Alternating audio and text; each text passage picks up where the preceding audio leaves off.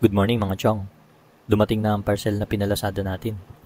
Bubuksan na natin agad yan dahil ngayong umaga ay magpapalit tayo ng air filter at cabin or aircon filter ng Mirage natin na pang service ng mga bata. Sulit na din ito dahil sa halagang 500 plus pesos meron ka ng dalawang filter.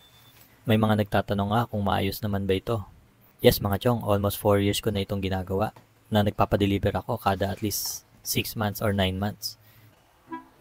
Ito ay simulan na nga nating immobilize ang pagkakabit ng ating bagong air filter.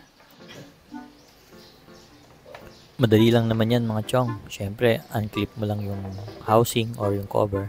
Bunutin mo yung lumang air filter na siyempre may kadumihan na. Tapos ilagay mo na or isalpak mo na yung bagong filter. Kung titignan mo sa malayo, kala mo ay walang dumi, pero kapag nilapitan mo yan dyan mo makikita yung mga tai-tae na nakabara at yan nagpapabagal sa takbo at nagpapasama ng takbo ng iyong sasakyan. Dito na tayo sa cabin filter. Siyempre, hugutin mo lang ang glove box, tanggalin ang cover, alisin ang lumang filter, at ilagay ang bagong cabin filter. Goods na yan.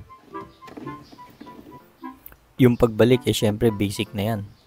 Kung paano mo inalis, di ganun mo rin ibalik.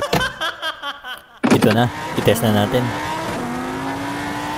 Bakit ganun? Naging purari ang takbo. Baka kailangan kong paayos ang preno. Sige